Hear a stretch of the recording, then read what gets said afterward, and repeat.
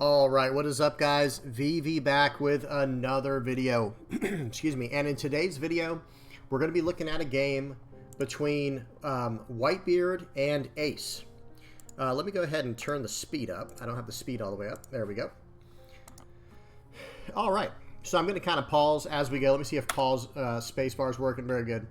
So on the bottom here, we have the Whitebeard player, and on the top, we have Ace. So we're going to be doing a little bit of a game analysis style video, talk about some plays, talk about a really cool leader in Ace, and we're going to look at one more game, really, or one of the last games I'll be looking at of Whitebeard, right? Because over here in the West, Whitebeard is going to be banned as of Friday. As of Friday, the week in the week that I'm recording this, it's a Monday. Friday, he'll be banned. So, all right, let's go ahead and hop into this game now. Okay, so I'm sorry, we already missed the entire first little thing there. Let me go back. So, Whitebeard started off with an EZO search. Hang on, it's not playing. There we go. There we go. Sorry, guys, a little bit of technical difficulties there. So, Whitebeard starts off with an EZO search. That's a pretty ideal start, and grabs a 5-cost Marco. You know, ultimately, it looks like you can't start off better than that. And actually, I'm sorry, I do have to pause, because it looks like, excuse me, the Ace went first and had no turn 1 play, and then on the Whitebeard's turn 1, he played EZO and got the Marco we just saw. So now we're on turn 2, and it's the Ace's turn. The Ace went first in this game. Okay, so he does a Dedan search and searches up an EZO. So one thing we got to talk about right away, and then he grabs a Marco with the EZO search. One thing we have to talk about right away, unfortunately, is the fact that, how do I say this? Will this make this disappear? No, it won't. One of the big problems that we got to talk about is Ace is now going to lose Dedan. And Dedan was helping it search up things like EZO and things like Buggy. So very unfortunate. And potentially 2K counters like Makino or Otama, depending on what it's running. So that is unfortunate that Ace will be losing that coming up here soon. Okay, and then he passed turn after getting the Marco from the EZO search. And then Newgate swung for 6. Jozu blocks out. Okay, 2K blocks out, and then we have Atmos drop down for the Whitebeard. Okay, Marco comes down for Ace, pass turn. Can't swing at Whitebeard, of course, because 5K versus 6K, just can't swing. All right, a lot of cards in Whitebeard's hand there. I did not actually get to count them all. And it looks like 5 cards in the Ace's hand. Swing 6, 2K counter out with Makino for the Ace. Swing 6 more, and the Ace is going to take this one. EZO search for Whitebeard for the follow-up, and grabs a Jozu. So, you know, that's so far so good. Everything's going pretty well. Okay, Marco's coming down for Whitebeard, and he wants to, okay, he decides to get rid of the EZO. Sorry, guys, I got to pause it. That is interesting to me that he would do that, because the Dedan is a 3K, right? Let me bring that up over here on the right. Dedan is a 3K, and the yeah, Dedan is 3K, and the EZO is a 2K. So that is interesting. But he obviously chose to do it. He took time to think about it. We'll have to see what happens. All right. So now we're back to the Ace's turn. Whitebeard has no Dawn active. So it's going to follow up with another Dedan. I wonder if the reason he did that, I'm going to pause real quick. I wonder if the reason he KO'd the EZO is the fact that maybe he's tempting the Ace player, like maybe the Whitebeard player is tempting the Ace player to swing with the Dedan, which would be a 3 Dawn investment for the turn, and it would practically like waste his turn, right? Maybe that's what's going on there. Okay, Dedan search. It looks like the Ace player is going to take a second to think about this. You know, this is a very important search, and when there's multiple options, you really got to choose wisely. Grabs Buggy. Buggy's a 1-cost 3,000 power searcher with no counter, which can grab a red event. Okay, swing for 8 with Marco at the 6K Whitebeard. Oh, excuse me. Swings at Atmos. Excellent. Yep. And then 6K at the leader with Ace. All right. Follows up with Buggy. And the Whitebeard took that attack, by the way. Did I see that correctly? Let me make sure.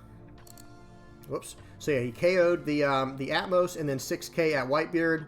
And the Whitebeard decides to take this. Interesting. Okay, and then the Buggy follow-up like we were just looking at. Let me move my mouse. Oh, and he gets a... interesting. So he got a jet pistol from that buggy search there. One nice thing about Ace is you can't really play around his leader's effect in the sense of... Or, well, excuse me. Let me see it like this. Even if Whitebeard... So he's doing an Ezo search real quick. Even if Whitebeard plays around the jet pistol by not playing an Atmos... No big deal. Ace can turn that into a 1k counter later in the game for defense or 1000 power for offense. Okay. Grabs an Atmos, though. Doesn't even care. I think he just says, okay, sure, waste 4 Dawn, you know, playing jet pistol if that's what you want to do. But, well, actually, we'll see. Let's see if he even plays it. Honestly, I think that is the right play. I can't see the Whitebeard's hand, obviously, and it looks like he has 7 Dawn active. I don't know what the Whitebeard has in his hand. Maybe he has an ace. But... playing Atmos is not a bad call here. Okay, swing 6 at ace with Marco. Guard point. Guard point's out of that. Swing 7. Those were 2 7k attacks, by the way. I'm sorry. I just blundered that. And then he plays Marco. So it was swing 7 with Marco and then swing 7 with Newgate and then play a Marco. And it looks like he took the... let me go back real quick. And it looks like he took the Newgate attack. Yes, he did. No trigger. And then with 5 Dawn, plays out the Marco. KOing the buggy. Excuse me. Okay. So it looks like the ace is going to play an ace. And has 2 Dawn active still. Swings 3 at... Okay, so he reduced the cost of the power of the tapped Marco here. He reduced the cost, or the power, excuse me, by 3,000. So now swing 3,000 at the Marco. And this is why it's kind of interesting to me why he didn't get rid of one of these Dedans.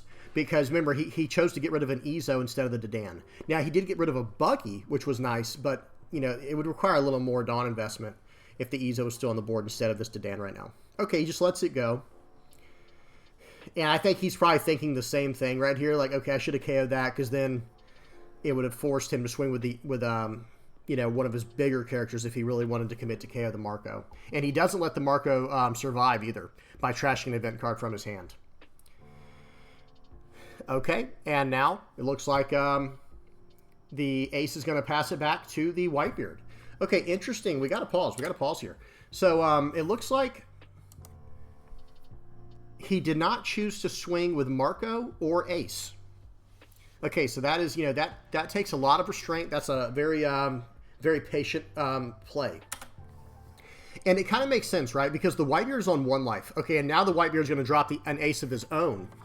And let's see what let's see how he utilizes this. Okay, why does this thing keep popping up down here? There we go. So swing 6 at ace. Did he counter out? Sorry, I didn't even... Yes, counters out with Machino.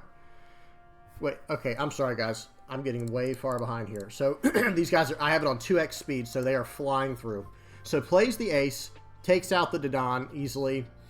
Now swing 6 at leader, 2k out. Swing 6 more at leader, and then he 2ks out of this with the Otama. And then it looks like he's going to swing 7 with ace. So here's what I was saying. Let me finish my thought now. It makes sense to not swing at Whitebeard, because unless Whitebeard has the 9 cost character here, his last life is going away.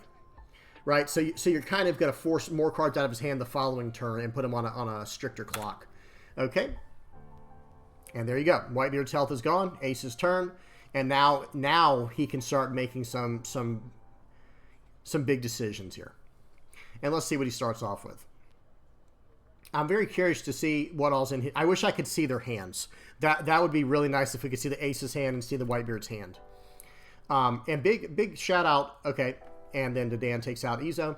Big shout out to PPG, which, you know, they're the ones that put this event together and recorded it like this so that we could see it, you know, and a big shout out to them for putting on this tournament. And if you notice on the left here, this is round 9. Okay, this is round 9. There's still 27 minutes remaining in the round, so the players have plenty of time to think. Okay, and so let's see what happens here. Looks like the ace is ready to swing.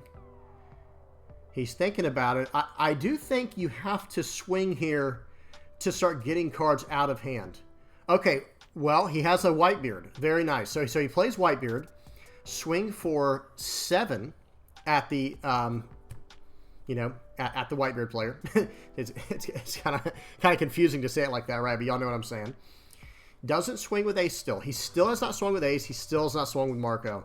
So he's really trying to force, excuse me, force the Whitebeard player into an unfavorable position.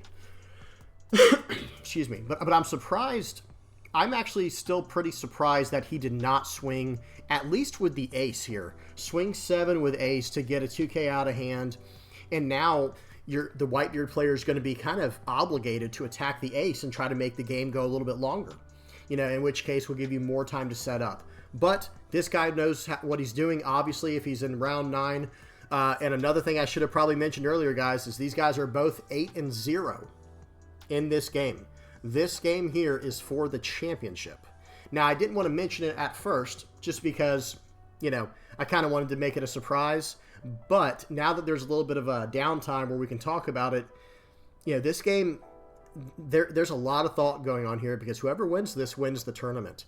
And that's right, an ace in the finals of a tournament against Whitebeard. Very cool. And if I'm the Whitebeard player here, my opponent has 2 life. We got to start, you know, taking down the life. But here's the problem. He played Whitebeard. So now he has to swing for 8 just to make him spin a 2K counter. Okay, and he takes that. The ace player did take that. And now swing. So he just swung for 8, 8, and 8 against a 7K leader. Let's see what happens here. I think a 2K counter. Well, here's what's going to happen here, I think. If he takes this, then he has to go all in next turn. I feel like that's kind of what has to happen here. So this should be interesting if he takes this. If he takes this, then in the ace player's mind, in his mind, he's thinking, okay, well then I know I cannot survive next turn. Okay, and he takes it. Here we go. So he does take it, and it looks like the Whitebeard's going to pass with about 12 cards in hand or so. I don't know exactly how many cards, and 5 active Dawn. So that could be a Red Rock, that could be Radical Beam. That could be guard points. That could be so many different options here. Excuse me. If you're ace here, there is no way you're going to be able to clear this board, I feel like. But even if you can clear the board, how do you survive big attacks? Okay, so swings for 6 with his Marco. Counters out for 1K. Swings for 10 with Whitebeard. And he still has 10 Dawn active. Oh, man. Here we go. So the Whitebeard has to decide. So he's at 6K and he's getting hit for 10. So he's going to have to... Okay, so that puts him at 10. And now he's going to have to do a 1 or 2K out of it. Gets a 1K out of it. Swing for 10 more with Ace the character. So he has to repeat the exact same counter. Okay, 3K. Puts him at 9. Now he needs 2K more. There's a Jozu. And here we go. Okay, 1, 2, 3, 4, 5, 6, 7. So 12K plus 1, plus 2, plus 3, plus 4, plus 5. Wait, 1, 2, 3, 4, 5, 6. 6 plus 7 is 13, plus 5 coming in for 18,000 right here. Let me count one more time. 1, 2, 3, 4, 5, 6, 7, 8, 9, 10, 11, 12, 13, plus 5. Coming in for 18,000. Here we go. Here we go. Let's see if he can do it. So, goes to 10, 12, 14, 15, 16, 17. Oh, almost, actually. That was crazy. And Ace wins. What a game. What is that in hand? Is that a fiery doll? I think that's a fiery doll. Let me see something real quick. It is. So that's kind of weird that he chose not... Or is that not fiery doll? Is that Crossfire? Hang on a second. It might be Crossfire. Do y'all see this card right here, guys? Let's see if we can see what it is by going backwards. Okay, let me take it off of 2x speed. I just want to see what this card is. Okay. Okay, so Jet Pistol, Guard Point. There. What is that card? That is a, I believe that is a Crossfire. Okay. Makes way more sense now. So, I thought that was a Fiery Doll. And I was going to say, well, why wouldn't he just play it? But that's not a Fiery Doll. Okay, it was just all a bunch of more defensive events, basically.